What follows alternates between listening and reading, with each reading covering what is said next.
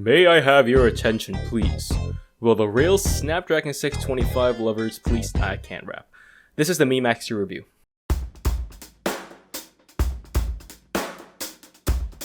So specs here are super similar to the other Redmi phones, which is kinda sad, but it does have a massive battery and an IMX386 sensor, the same one used in the Xiaomi Mi 6. Let's see if this phone is any good. The build quality is great. It's what I've come to expect from Xiaomi phones. Pretty much no one will have problems with the build quality here. The phone is massive though, 6.44 inches, so it's pretty much impossible to use with just one hand. But the problem is the bezels on this phone. It's actually bigger than the original Mi Max, but there is still a black bar around the screen that is also super ugly. So I'm very happy Xiaomi kept the screen at 1080p instead of 2K, and the screen looks good, colors are vivid and saturated, and when you have certain colors on the screen it does look painted on. Max brightness is about 500 nits and there is also Gorilla Glass 4. The speakers here have some serious sound quality. The top speakers are the tweeters and the bottom ones are mids, and the sub and audio quality is pretty sick. The audio is very deep and echoey in a good way. I like it a lot. Here's some sample audio.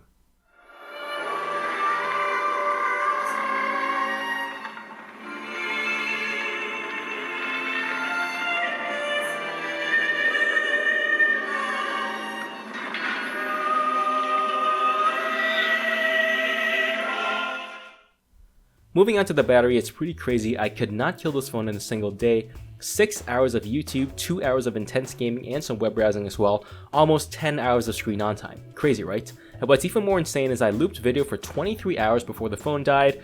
Absolutely crazy. It's basically impossible to kill this phone in a single day. Quick charge does work and takes about 2.5 hours to recharge. So the Snapdragon 625 and 4GB of RAM pushes MIUI great. It's super smooth, no problem. The phone is slightly slower opening apps there. There is still some hesitation, but still way more than good enough for general use.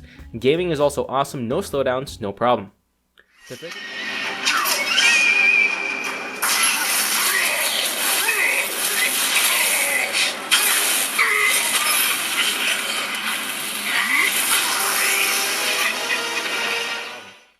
The fingerprint sensor here is pretty fast and accurate, but it's hard to get your finger properly on the sensor because of how big the phone is.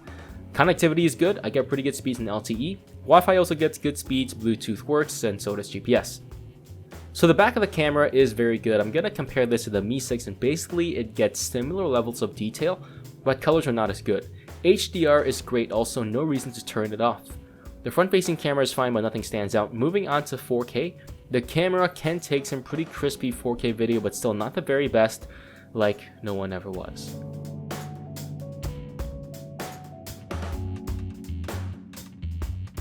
So in conclusion, I like this phone a lot more than I thought I would, mainly because of the insane battery and the great camera as well.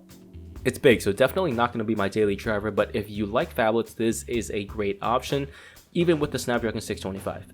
It's super well optimized. Thanks for watching, be sure to hit like and subscribe, and I'll see you guys in the next one.